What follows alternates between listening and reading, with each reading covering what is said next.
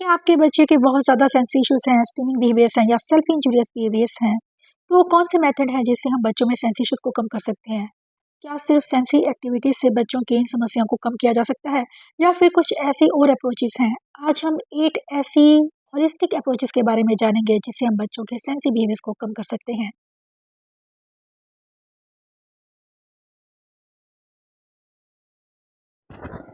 Hello, मैं हूँ हरप्रीत। आज बात करेंगे सेंसरी इश्यूज को किस तरह से हम घर पर डील कर सकते हैं। आज मैं आपके साथ शेयर करूंगी 8 ऐसे सिंपल वेज जिससे हम बच्चों में सेंसरी इश्यूज को बैलेंस कर सकते हैं, सेंसरी इश्यूज को कम कर सकते हैं और उनके सेंसरी सिस्टम को रेगुलेट करने में उनकी हेल्प कर सकते हैं। क्योंकि जिन बच्चों को ऑटिज्म है, बच्चे को एडीएचडी है या फिर बच्चे को सेंसरी प्रोसेसिंग डिसऑर्डर्स भी है, तो ज़रूरी है कि बच्चों के सेंसरी सिस्टम पर वर्क किया जाए।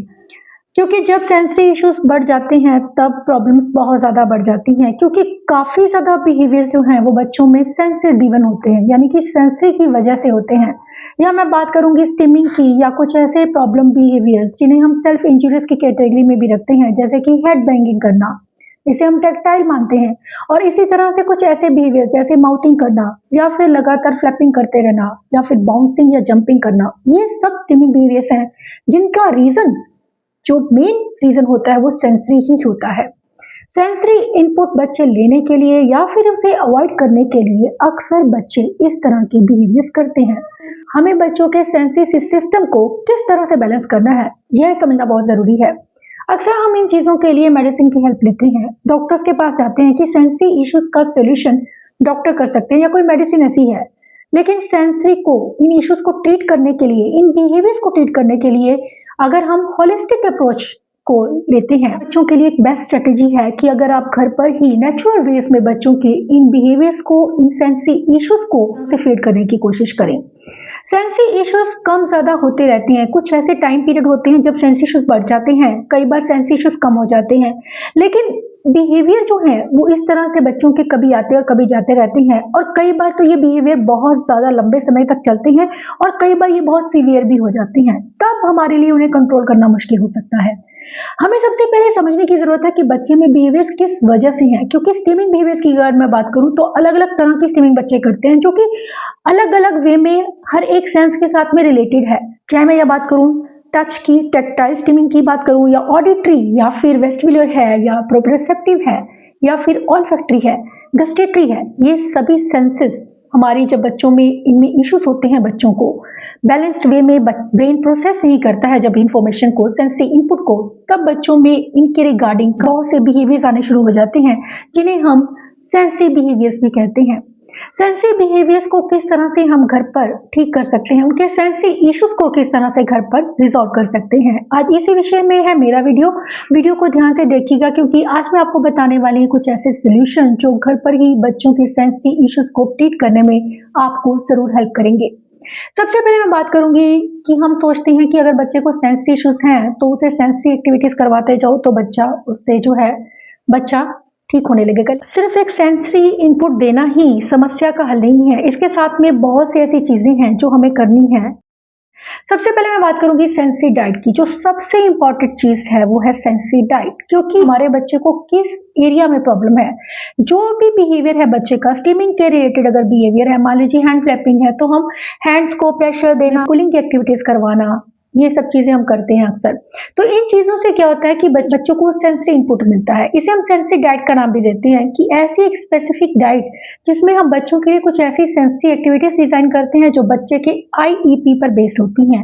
आईपी मतलब बच्चे की जरूरतों के हिसाब से, क्योंकि अगर बच्चे को टेक्टाइल नीड्स है, स्पेसिफिक कोई और इशू नहीं है, तो हम टेक्टाइल को ही टारगेट करेंगे। लेकिन अगर बच्चे को विजुअल को लेकर नीड्स है, जो भी उसकी नीड्स है, उसके अकॉर्डिंग बच्चे का एक आईपी प्लान बनता है कि इसके अकॉर्डिंग बच्चे को हमें एक्टिविटीज करवानी है। वो एक्टिविटीज उस हिसाब से ही डिजाइन की जाती हैं। उसका एक प्रोसीजर कुछ इस तरह होता है कि बच्चे को असेस किया जाता है, उसका आईपी बनाया जाता है, उसकी सेंसरी इश्यूज को टारगेट किया जाता है और कुछ ऐसी एक्टिविटीज डिजाइन की जाती हैं उसके लिए जो कि स्पेसिफिक उन एरियाज को ही टारगेट करेगी, उन बिहेवियर्स को ही टारगेट करेगी जिनमें बच्चों को प्रॉब्लम है या जो बच्चे करते हैं। सबसे पहले उसमें मैं बात करूँगी कि जो सेंसरी डाइट होती है उसमें हम कुछ ऐसी एक्टिविटीज़, हर बच्चे के लिए अपनी एक अलग डाइट होती है, क्योंकि हम एक बच्चा दूसरे से डिफरेंट है, उसके सेंसरी इश्यूज़ भी दूसरे से डिफरेंट है। बेशक बच्चे को सेंसरी को लेकर सभी काफ़ी बच्चों को डिफ़िकल्टीज़ हो सकती हैं, लेकिन डिफ़िकल्टीज़ अगेन अलग-अलग होती हैं, हर बच्चे को अलग डिफ़िकल्टीज़ हैं। तो इसलिए ज़रूरी है कि हम पहले अपने बच्चे की नीड्स को असेस करें कि उसे कहाँ पर प्रॉब्लम है और उसके हिसाब से उसका आईपी बनाकर उस पर हम वर्क करें। उससे रिलेटेड बच्चों को एक्टिविटीज़ दें, ताकि बच्चों की सेंसरी नीड्स को पूरा किया जा सके, उनको सेंसरी इनपुट दिया जाए जो उनके लिए ज़रूरी है। दिखा रही हूँ कि आप डिफरेंट फेज में किस तरह से थेरेपी बॉल्स दोनों हाथ से होल्ड करके उससे सेंसरी इंटीग्रेशन देना भी एक अच्छा आइडिया है। इन्हें हम सेंसरी डाइट एक्टिविटीज़ कहते हैं, और ये चाहे आप टच की बात करूँ मैं, अगर टैक्टाइल इश्यूज़ है मान लीजिए बच्चे को, तो हम टच से रिलेटेड बच्चे को सेंसरी बिन देना या अलग-अलग तरह के टेक्सचर छूने के लिए देना। टो वॉकिंग के इश्यूज़ हैं, कुछ बच्चे डिफेंसिव भी हैं, उनके लिए उनकी हील पर अलग-अलग टेक्सचर को रब करना। उनके जिन बच्चों को कपड़े पहनने में प्रॉब्लम है, अलग-अलग टेक्सचर से प्रॉब्लम है, उनकी बॉडी पर हम अलग-अलग तरह की थेरेपीज़ देते हैं। ये चेस्ट पे यूज़ नहीं करेंगे और उनके हेड पर यूज़ नहीं करेंगे। उन्हें डीप प्रेशर देते हैं, तो इसको हम टेक्टाइल स्टिमुलेशन का नाम देते हैं। इसी तरह से अगर विजुअल की बात करूँ तो विजुअल स्टिमिंग बिहेवियर्स हैं, उन्हें अलग-अलग तरह की लाइट्स, लावा लैंप या फिर प्रोजेक्टर्स को यूज़ किया जाता है बच्चों की सेंसरी नीड्स को पूरा करने के लिए। अगर बच्चे को वेस्टिबुलर इश्यूज़ हैं तो उन्हें वेस्टिबुलर एक्टिविटीज़ दी जाती हैं, क्लाइंबिंग, रनिंग, जंपिंग, इस तरह की एक्टिविटीज़ करवाई जाती हैं। और अगर बच्चे को प्रोप्रियोसेप्टिव नीड्स हैं, तब हम बच्चे को डीप प्रेशर की एक्टिविटीज़ देते हैं, ताकि उन्हें उनकी बॉडी को प्रेशर मिले और वो शांत हो सके। हमारी एक्टिविटीज़ अगेन बच्चे के हिसाब से डिज़ाइन होनी चाहिए, और जब बच्चे के हिसाब से हम एक्टिविटीज़ को डिज़ाइन करते हैं तो वो डेफिनेटली बच्चों के लिए बहुत ज़्यादा बेनिफिशियल होती हैं। हम अक्सर इन चीज़ों में ही उलझ कर रहते हैं कि हम बच्चे को सेंसरी दें। सेंसरी आपने देना है बच्चे को 1 घंटा।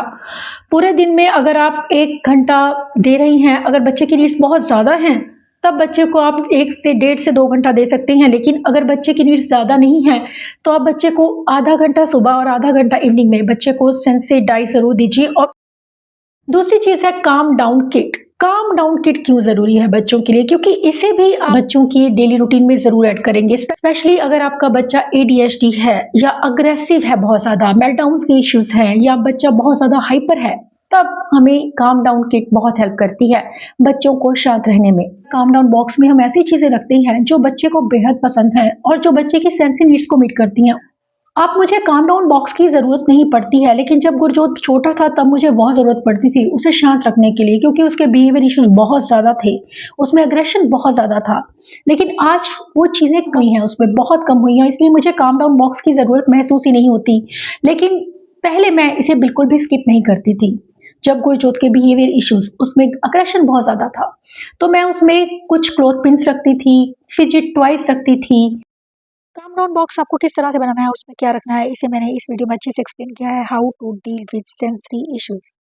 ये छोटी-छोटी चीज़ें जो आप बच्चे के काम डाउन बॉक्स में रखते हैं, ये चीज़ें आपको आपके बच्चों को हेल्प करती हैं शांत रहने में, उनके एग्रेशन से उन्हें डील करने में, उनके एंग्ज़ायटी के लेवल को कम करने में। क्योंकि जब आपके बच्चे हाइपर होते हैं, तब उस टाइम पर अगर आप बच्चे को काम डाउन बॉक्स देते हैं, उससे पहले आप बल्कि डेली प्रैक्टिस में बच्चे को ये चीज़ें दीजिए, बच्चे को यूज़ करवाइए ये चीज़ें, ताकि बच्चों में ये इश्यूज़ आए ही ना। बच्चे का जो लेवल है, स्ट्रेस लेवल धीरे-धीरे अपने आप कम होता है जब डेली बच्चा इसे यूज़ करता है। हम अक्सर क्या करते हैं, जब बच्चा बहुत हाइपर है तब हम उसे काम डाउन बॉक्स उसके हाथ में देते हैं, तब कई बार ये चीज़ें वर्क नहीं करती हैं। हो सकता है बच्चा गुस्से में उसे थ्रो कर दे, लेकिन अगर आपका बच्चा ये चीज़ें बिहेवियर करता है, तो जब बच्चा शांत है तब उसे ये चीज़ डेली प्रैक्टिस करवाइए कि उसे अपने स्ट्रेस लेवल को किस तरह से कम करना है। स्ट्रेस बॉल को स्क्वीज़ करना है, रबर बैंड्स को उसे पुल करना है, इलास्टिक पुल करना है, या फिर उसे हेडफ़ोन, अगर कोई शोर है तो हेडफ़ोन की प्रैक्टिस करवाना, स्मेल देना उसे अलग-अलग तरह की, कामिंग स्मेल, लैवेंडर या फिर रोज़ की स्मेल देना।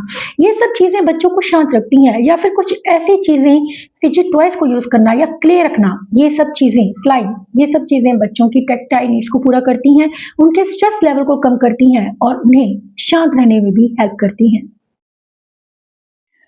थर्ड जो एक रीज़न होता है सेंसरी इश्यूज़ बढ़ने का, वो है कि बच्चों में कुछ ऐसी डेफिशिएंसीज़ होती हैं, जैसे कि कुछ कमी होना। हम कहते हैं कि बच्चे पूरी तरह से कई बार कुछ पिकी ईटर बच्चे हैं, खाते नहीं है फूड, कुछ वो लेते हैं, बहुत सिलेक्टिव होते हैं खाने में, कई बार चीज़ें खाना ही, कुछ तो ऐसे बच्चे मैंने देखे हैं जो खाना खाना ही नहीं चाहते हैं। ऐसे में उन्हें न्यूट्रिशन को लेकर डिफिशियंसी हो सकती है और न्यूट्रिशनल डेफिशिएंसी की वजह से बच्चों में बिहेवियर इश्यूज आना कॉमन सी बात है।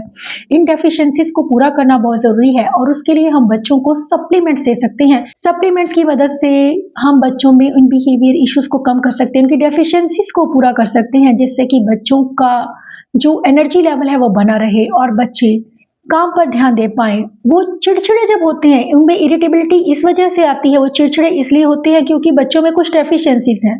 पहले मैं ये चीज़ें नोटिस, जब जो छोटा था तो मैं ये चीज़ें नोटिस करती थी, कोई एकदम से इरिटेट क्यों हो गया, मैं समझ नहीं पाती थी और मुझे लगता था सिर्फ सेंसरी इश्यूज़ ये किसकी वजह है, लेकिन इसकी वजह सिर्फ एक सेंसरी इश्यूज़ नहीं है। हो सकता है कुछ ऐसी डिफ़िकल्टीज़ हैं जो बच्चा आपको बता नहीं पा रहा है, जिसे हम न्यूट्रिशनल डेफिशिएंसीज़ कहते हैं। उन चीज़ों को समझना बहुत ज़रूरी है कि बच्चे को हम ऐसी डाइट में उसकी ऐसी चीज़ें ज़रूर रखें, सप्लीमेंट्स ही रखें। अगर बच्चा चीज़ें खाने पिकी ईटर है, चीज़ें सारी नहीं खाता है, फ्रूट्स वेजिटेबल्स नहीं खाता है, तो हमें बच्चों की डाइट में कुछ ऐसी चीज़ें, कुछ ऐसे सप्लीमेंट्स ऐड करने की ज़रूरत होती है, जिससे कि बच्चों में डेफिशिएंसीज़ को कम किया जा सके और बच्चों में बिहेवियर इश्यूज़ को, उनमें जो चिड़चिड़ापन है या है, उसे कम किया जा सके। इसमें मैं बात करूँगी प्रोबायोटिक्स, विटामिन D3 या B12 की बायोटिक्स भी बच्चों में सेंसरी इश्यूज को भी कम करने में हेल्प करता है, उनमें एंग्जाइटी, उनमें बिहेवियर इश्यूज को कम करने में हेल्प करते हैं। ये तो थी न्यूट्रिशनल सपोर्ट की बात। अगर मैं अब बात करूं कि बच्चों को, जो मिड लाइन में जिनको मिड लाइन क्रॉसिंग को लेकर डिफिकल्टीज हैं, उन बच्चों में भी बिहेवियर इश्यूज बहुत ज़्यादा देखने को मिलते हैं। मिड लाइन हमारे ब्रेन के लिए बहुत ज़रूरी है। मिड लाइन का मतलब है एक चीज़ हमने लेफ्ट से उठाई और राइट तक बच्चा रख रहा है बिना सिर को हिलाए, अपनी साइड को बिना हिलाए। अगर मैं कहूँ कि ये चीज़ मुझे उठाकर यहाँ रखनी है, तो मैं अगर बिना सिर हिलाए या बिना अपनी बॉडी को हिलाए, मैं अगर यहाँ से चीज़ उठाकर यहाँ रख रही हूँ, तो मैं अपनी मिड लाइन पर काम कर रही हूँ। लेकिन ऑटिज्म जिन बच्चों को होता है या ADHD की बात करूं, बच्चों को अक्सर इस एरिया में प्रॉब्लम होती है। बच्चों का जो ये एक सिस्टम है कि लेफ्ट और राइट ब्रेन में जो कम्युनिकेशन ना हो पाना या उनमें कोऑर्डिनेशन ना होना, उस वजह से भी बच्चों में कई बार बहुत से बिहेवियर इश्यूज आ सकते हैं, सेंसरी इश्यूज आ सकते हैं, क्योंकि ब्रेन का कम्युनिकेशन, लेफ्ट और राइट ब्रेन का कम्युनिकेशन बहुत ज़रूरी है बच्चों के बिहेवियर को बैलेंस रखने के लिए, उनमें कम्युनिकेशन और स्पीच को डेवलप करने के लिए। लेकिन अगेन बच्चों को स्पीच को लेकर डिफिकल्टीज इसलिए भी होती हैं क्योंकि बच्चों मिड लाइन क्रॉसिंग को लेकर डिफिकल्टीज होती हैं, जिसकी वजह से बच्चों में बिहेवियर इशू बढ़ सकते हैं। या हमें ज़रूरत है ऐसे में बच्चों को कुछ मिड लाइन की एक्टिविटीज़ डेली रूटीन में उनके ऐड करने की, जिससे कि बच्चों का लेफ्ट और राइट ब्रेन का कोऑर्डिनेशन आपस में बना रहे। बच्चों को अलग अलग तरह की फाइन मोटर और ग्रॉस मोटर एक्टिविटीज़ दे सकते हैं, जिससे कि बच्चों की मिड लाइन पर काम किया जाए, जैसे कि 8 फिगर को ड्रॉ करना या उस पर चलना। जितना ज़्यादा हम इस पर काम करते हैं, यानी कि हमने आज करवाया है, 2 दिन नहीं करवाया, रेगुलर करवाइए। आप कम से कम 10 से 15 मिनट ऐसी एक्टिविटीज़ बच्चे को ज़रूर दीजिए, जिससे कि आप बच्चों की मिड लाइन पर काम करें। तो इससे लेफ्ट और राइट ब्रेन का जो कोऑर्डिनेशन है वो और स्ट्रॉन्ग होता जाता है। जितना ये स्ट्रॉन्ग होता जाता है, उतना ही बच्चे बैलेंस्ड रहते हैं, काम डाउन रहते हैं और बच्चों में कम्युनिकेशन डेवलप होने लगता है, स्पीच आने लगती है और बच्चों में बिहेवियर इश्यूज़ कम होने लगते हैं। नेक्स्ट जो स्ट्रेटेजी है हमारी वो है एसेंशियल ऑयल। एसेंशियल ऑयल्स का बहुत इंपॉर्टेंट रोल है। या मैं बात करूं कि बच्चों को अगर आप कोई ऐसा लोशन दे रहे हैं या कोई ऐसा सोप आप उनके बेदिंग के टाइम पर उन्हें दे रहे हैं जिसकी स्मेल काफ़ी कामिंग है, अब मैं यहाँ बात करूँगी रोज़ की या अगर लेवेंडर, ये चीज़ें बच्चों को काम रखती हैं। अगेन अगर मैं सिट्रस की बात करूँ, ऑरेंज की बात करूँ, लेमन की बात करूँ, तो ये बच्चों को अलर्ट करती हैं। तो आपके बच्चे को, अगर आपका बच्चा इनएक्टिव है, तब हम बच्चों को सिट्रस या फिर ये स्मेल दे सकते हैं। अगर बच्चा आपका बहुत हाइपर है तो हम बच्चों को रोज़ और लेवेंडर या फिर सैंडलवुड चीज़ें बच्चों को शांत रहने में हेल्प करती हैं। इससे बच्चों के, जब आप रूम में एक ऐसी फ्रेग्रेंस है जो बच्चे को ब्रेन को शांत करे, तो उससे बच्चों में हाइपर एक्टिविटी के इश्यूज जो हैं वो काफ़ी कम होते हैं। बहुत ज़रूरी है कि अगर हम इन सेंसरी इश्यूज को समझें और उन्हें हम साथ साथ ट्रीट करते जाएं, क्योंकि इससे पहले कि प्रॉब्लम बहुत ज़्यादा बढ़ जाए, जब हमारे कंट्रोल से वो चीज़ें बाहर हो जाएं, हम ज़रूरतों को समझें और उन पर शुरुआत से ही काम करें। नेक्स्ट चीज़ है मैग्नीशियम। 75% बच्चों में, अगर आपके बच्चे को ADHD है, ऑटिज्म है, तो मैग्नीशियम की कमी बच्चों में अक्सर रहती है। मैग्नीशियम की कमी की वजह से बच्चों में बिहेवियर इश्यूज के चांसेस काफ़ी ज़्यादा होते हैं। बच्चों की डाइट में उनकी सप्लीमेंट्स में मैग्नीशियम को ऐड करना ज़रूर याद रखिए, क्योंकि बच्चों में रेस्टलेसनेस होना, बच्चों में कंसंट्रेशन को लेकर कमी होना, बच्चे लगातार रॉकिंग करते हैं या फिजिकल मूवमेंट्स, उनमें मोटर मूवमेंट्स बहुत ज़्यादा और रेपिटेटिव करते हैं, उनमें मैग्नीशियम आपको बहुत हेल्प करता है। तो मैग्नीशियम को बच्चों की डाइट में ज़रूर ऐड कीजिए। इससे आप बच्चों के बिहेवियर्स में भी काफ़ी चेंजेस देखेंगे। ये ऐसा नहीं है कि आपने आज मैग्नीशियम दिया है तो कल आपको रिजल्ट मिल जाएंगे। ये एक थोड़ा लॉन्ग प्रोसेस होता है, क्योंकि बच्चों में जो अंदर इतनी ज़्यादा डेफिशिएंसीज हैं उनको कवर करने में, उन्हें कवर अप करने में वक्त लग सकता है। तो आप बस बच्चे को देते जाइए, उससे आप बच्चों में धीरे धीरे देखेंगे कि बच्चे बैलेंस्ड वे में वर्क करना उनका ब्रेन शुरू करता है, जिससे कि बच्चों में फोकस बढ़ना शुरू होता है, बच्चों में लर्निंग आने लगती है और उनके बिहेवियर इश्यूज कम होने लगते हैं। मॉर्निंग में आप बच्चे को एनर्जी बर्निंग एक्टिविटीज जरूर करवाइए। किसी भी वे में आप एक्सरसाइजेस करवाइए, चाहे आप बच्चे को रनिंग करवा रहे हैं, वॉक करवा रहे हैं, डजेंट मैटर कि आप किस तरह से करवा रहे हैं, लेकिन एक मॉर्निंग में बच्चों के लिए कम से कम 10 से 15 मिनट आप बच्चों को फिजिकल एक्सरसाइजेस जरूर करवाइए।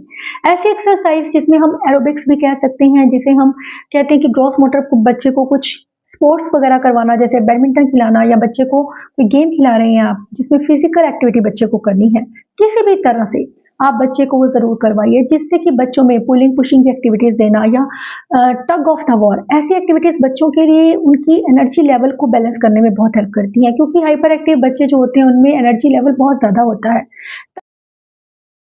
इसके अलावा ज़रूरी है बच्चों को योगा, अगर आपका बच्चा, क्योंकि योगा जो है वो बच्चों को, हाइपर एक्टिव बच्चों के लिए एक बहुत बड़ी मैं कहूँगी ब्लेसिंग है कि इस चीज़ को आप बिल्कुल मिस मत कीजिए। चाहे आपका बच्चा बहुत छोटा है, उसे पकड़ के करवाइए, लेकिन उसे दिन में ज़रूर करवाइए, क्योंकि जब बच्चे धीरे-धीरे करने लगते हैं तो बच्चे इन चीज़ों को एन्जॉय भी करते हैं।